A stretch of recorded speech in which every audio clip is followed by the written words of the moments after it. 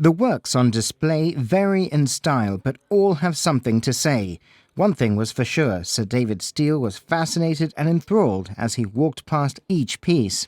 A lover of art, and contemporary art in particular, Sir David said he enjoyed trying to understand what the artists are trying to convey through their work. Well, I mean, it's an amazing exhibition of people's imagination, but it's an imagination rooted in what is going on in life today, and it is telling us through their own minds how they see life, everything from the migrant crisis coming across the Mediterranean and how people end up as slaves in sexual slavery and in domestic slavery, all the way through to the influence of COVID on our lives, the influence of plastics in the sea, and it's just this wonderful variety of the demonstration of people's imagination through art.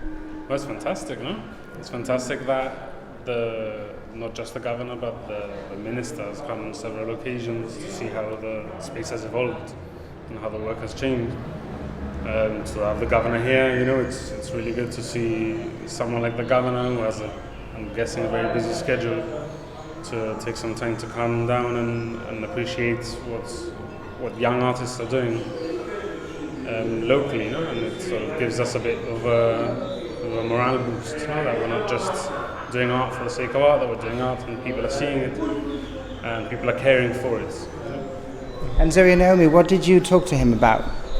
Just had a chance to explain the process, so what's the reasoning, the thoughts behind the works, and he was expressing that he found that super insightful, because with this type of artwork often it's about the thought process, the process of creating. So having that conversation, it really gives that person an insight into how maybe a non-traditional art space or work would look like. So I thought it was really useful. Yeah, definitely. So just explaining the process of a work, and he also kind of reflected back the importance of that kind of conversation going on between artists and audience as well. So yeah, that was really interesting. So. I think it's great to have the governor come in, because the purpose of Kitchen is about being inclusive, and we have the governor here, so we've got from the very top to anyone who's willing to come in, and I think that we managed to convince him about the act of the idea, being creative, seeing things in different ways, which is what we try to do as a collective, working collaboratively, which is it's not only happening in the arts, it's happening everywhere. So yeah, it's great just to have the conversation, I think.